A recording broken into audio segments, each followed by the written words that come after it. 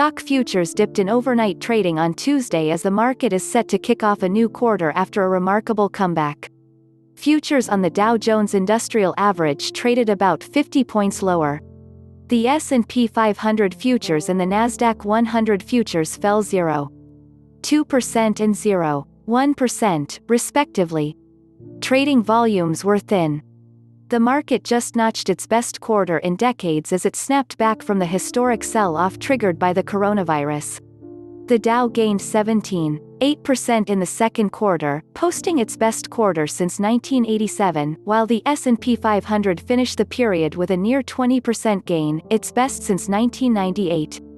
The tech-heavy Nasdaq soared 36% for the quarter, the most since 1999.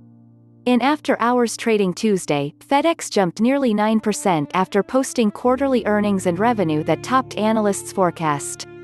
The shipping company experienced a surge in deliveries amid the coronavirus lockdown.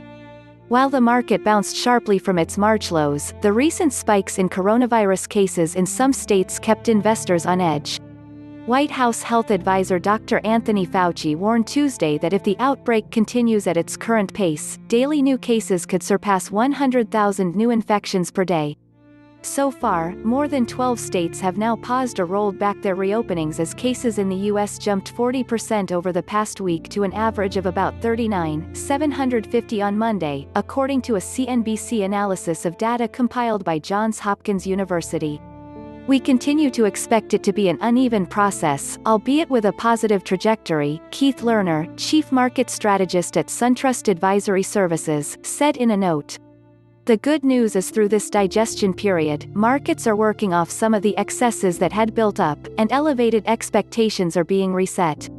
Investors will monitor the pace of recovery in the U.S. labor market. ADP will release its private payroll count for June on Wednesday at 8:15 a.m. ET. Economists polled by Dow Jones expect an increase of 250 million after a 276 million decline in May. On the corporate front, Macy's is set to report its quarterly earnings before the bell on Wednesday. Subscribe to CNBC Pro for exclusive insights and analysis, and live business day programming from around the world.